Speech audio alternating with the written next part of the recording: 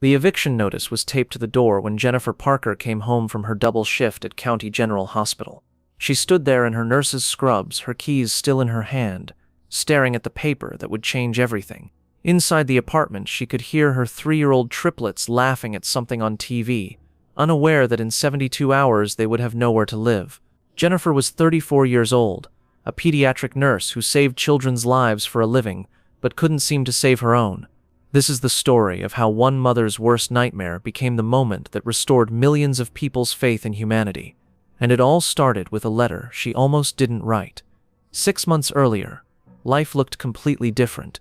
Jennifer had a husband, a home, and hope. Michael had been her high school sweetheart, the man who held her hand through the terrifying news that she was carrying triplets.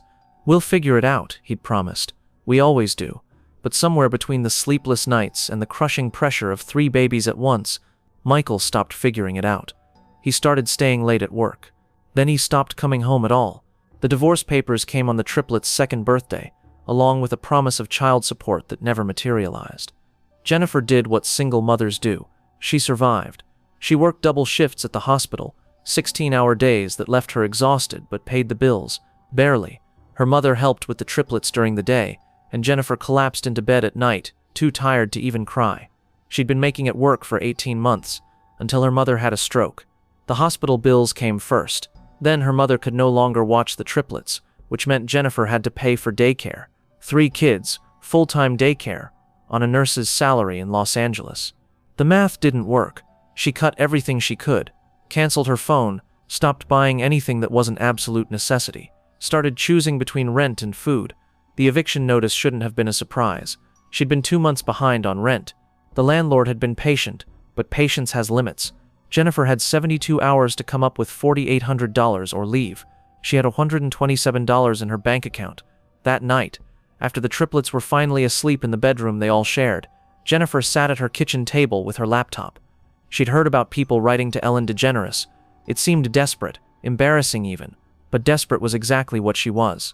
"Dear Miss DeGeneres," she typed, "I'm not asking for a handout. I'm asking for hope. I'm a pediatric nurse. I save children's lives every day at work, but I can't seem to save my own children from homelessness. I have 3-year-old triplets, Emma, Olivia, and Sophie. In 3 days we have nowhere to go. I'm not asking for money. I'm asking for a chance to believe that good things still happen to people who try their hardest. If you read this, thank you. That's already more than I expected. Respectfully, Jennifer Parker." She hit send at 2:47 a.m., then closed her laptop and cried until her alarm went off for her morning shift. Jennifer never expected a response. She'd sent the email on a Tuesday. On Thursday morning, her phone rang from an unknown number. She almost didn't answer, but something made her pick up. "Miss Parker? This is Rachel from the Ellen DeGeneres show. Ellen personally read your email and would like you to be in our studio audience tomorrow. Can you make it?" Jennifer thought it was a cruel prank. "I'm about to be evicted. I can't afford. We'll cover everything. Transportation, childcare for your daughters while you're here.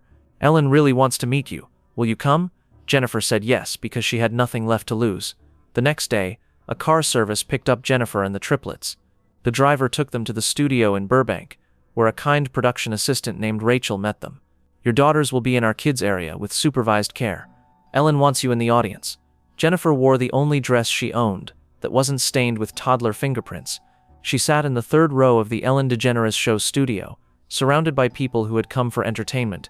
She'd come because a stranger had offered her something she'd almost forgotten existed: hope. The show started normally. Ellen came out dancing, making jokes, doing her usual segments.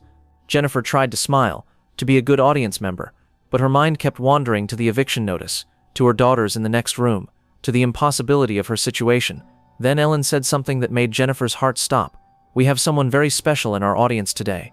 Her name is Jennifer Parker, and she's a pediatric nurse at County General Hospital. Jennifer, can you stand up, please?" Jennifer stood on shaking legs. The audience applauded politely, unsure why they were clapping.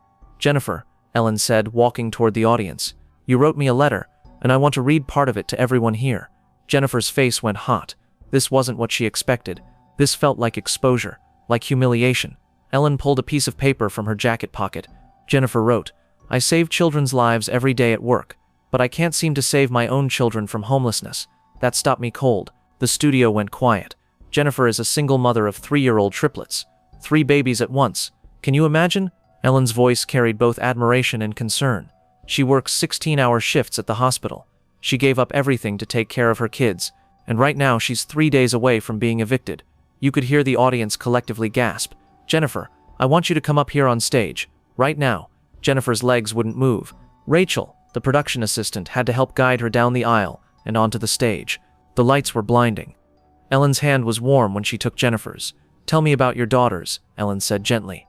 Jennifer's voice shook. Emma, Olivia, and Sophie. They're 3. They're perfect. They don't understand why mommy cries at night, or why we eat cereal for dinner 3 times a week. They just know they're loved. And you're a nurse, pediatric nurse. I work in the ICU at County General. I take care of really sick kids. Ellen turned to the audience. So Jennifer saves children's lives for a living, and she can't afford to keep her own children housed. Does that seem right to anyone? The audience responded with a resounding no. It doesn't seem right to me either, Ellen said. She pulled an envelope from her other pocket. Jennifer, this is from me personally. It's a check for $50,000. Jennifer's knees buckled. Ellen caught her arm. Wait, I'm not finished. Shutterfly heard about your story, and they want to help too. They're adding another $50,000. The audience was on their feet, but Jennifer couldn't process what was happening. $100,000. That was more money than she'd made in 2 years. But there's more, Ellen continued. You're a nurse. You save lives, and you shouldn't have to choose between helping others and taking care of your own family. So Salesforce, one of our partners, is offering you a position in their corporate health services department. Better hours, better pay, full benefits for you and your daughters. If you want it, it's yours. Jennifer was crying so hard she couldn't speak. Ellen just held her while 300 people celebrated a stranger's second chance. And one more thing, Ellen said.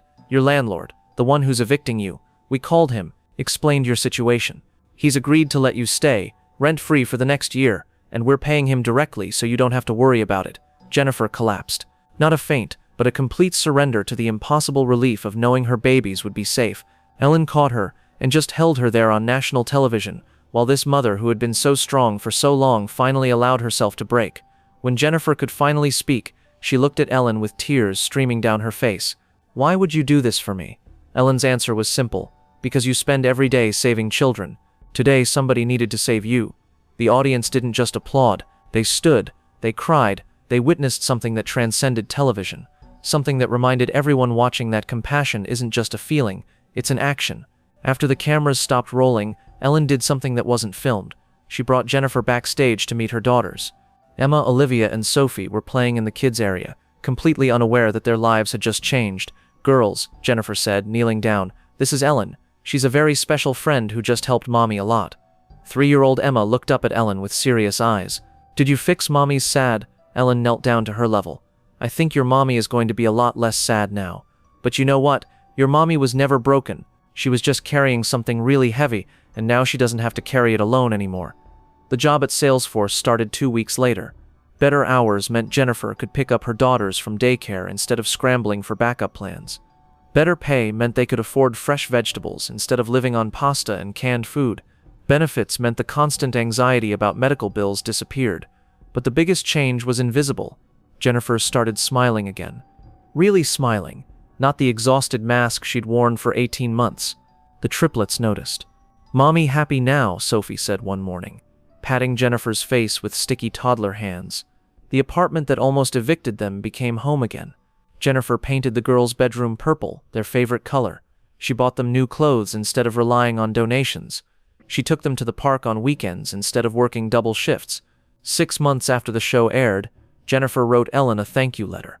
Not an email this time, but a handwritten note with photos of the triplets. Dear Ellen, you saved my family, but you also saved me. I was drowning in shame, convinced I was failing my daughters because I couldn't do it all alone. You reminded me that asking for help isn't weakness, it's courage. Emma, Olivia, and Sophie are thriving. I'm thriving. We're going to be okay. More than okay. Thank you for seeing me when I felt invisible. With love and gratitude, Jennifer. Ellen kept that letter in her dressing room, along with hundreds of others from people whose lives had been changed by a moment of compassion. 1 year after her appearance on the show, Jennifer was invited back. This time, she brought her daughters. Emma, Olivia, and Sophie walked onto the Ellen DeGeneres show stage wearing matching dresses, holding hands, completely unaware that a year ago their mother had been 3 days from homelessness. They just knew they were going to meet Mommy's special friend Ellen. "Look at these beautiful girls," Ellen said, kneeling down to greet them. "Do you remember me? You're the TV lady who made Mommy stop crying," Emma said matter-of-factly. Ellen laughed. "Yes, I guess I am." Jennifer stood there watching Ellen interact with her daughters, and for a moment she couldn't speak. This woman had saved her family without knowing them, without expecting anything in return, simply because it was the right thing to do. "How are things?" Ellen asked Jennifer, standing back up. "We're good. Really good. The job at Salesforce is amazing. I'm actually using my medical training in corporate health services, helping design workplace wellness programs. I'm making a difference in a different way. And housing? We found a new place, 2-bedroom apartment with a little yard. The girls have space to play. We're stable for the first time in years." Ellen smiled. "I'm so glad. You deserved a break." "No," Jennifer said firmly. "I deserve to be seen. That's what you gave me. Not just money, but recognition that I mattered, that my struggle mattered, that I wasn't invisible." The episode aired and went viral just like the first one. But the impact wasn't just about Jennifer anymore. It was about what her story represented. Within weeks, 3 major companies announced new support programs for single-parent employees. Healthcare systems across the country started examining whether their own staff could afford to live on the wages they were paying. And thousands of single mothers watching at home felt a little less alone. Jennifer started a blog called Saving Myself about her journey from near homelessness to stability. She wrote honestly about the shame, the exhaustion, the impossible choices. Other single parents found her words and shared their own stories. A community formed.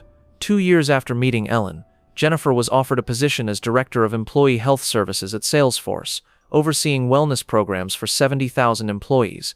Part of her initiative, emergency financial support for employees facing housing crises. She called it the Second Chance Program. "I was 3 days from homelessness," Jennifer told Salesforce leadership when pitching the program. "How many of our employees are one emergency away from the same crisis? We can't save everyone, but we can create a safety net so that when people fall, they don't hit rock bottom." The program launched with $5 million in funding. In its first year, it helped 247 Salesforce employees avoid eviction, foreclosure, or utility shutoffs. Jennifer personally reviewed every application, remembering what it felt like to be desperate. Today, 5 years after that eviction notice, Jennifer's daughters are 8 years old. They're thriving in 3rd grade, completely unaware that they were once 3 days away from living in their mother's car. They know the story. Mom tells them about the hard time, but it's ancient history to them. Their childhood is stable, happy, normal. Jennifer still works at Salesforce, still runs the Second Chance program, still writes her blog. She speaks at nursing conferences about burnout and financial stress in healthcare workers. She advocates for better wages and support systems for single parents. And once a year, on the anniversary of that Ellen show taping, Jennifer takes her daughters back to the studio. Not to tape another segment, but to stand outside and remember. "This is where everything changed," she tells Emma, Olivia, and Sophie. "This is where someone saw Mommy when I felt invisible. This is where I learned that asking for help isn't giving up, it's being human." The girls don't fully understand yet. They will someday. They'll understand that their mother was drowning, and a stranger threw her a lifeline. They'll understand that compassion isn't just feeling sorry for someone, it's doing something about it. Ellen DeGeneres never asked for credit. She never publicized the follow-up help she provided to Jennifer and hundreds of others. She just kept doing what she'd always done, using her platform to see people, really see them, and remind them that they matter. The eviction notice that Jennifer received 5 years ago is framed in her office now, not as a reminder of failure, but as proof of survival. Below it, she's added a plaque with Ellen's words from that day: "You spend every day saving children. Today, somebody needed to save you." Jennifer Parker saved countless children in her years as a pediatric nurse. But the day Ellen DeGeneres handed her an envelope and offered her a job, she learned something profound. Sometimes the people who spend their lives saving others need someone to save them, and sometimes that someone shows up in the most unexpected way, with a check, a job offer, and the simple recognition that your struggle is seen, your strength is acknowledged, and your story matters. The triplets, Emma, Olivia, and Sophie, will grow up knowing their mother's story.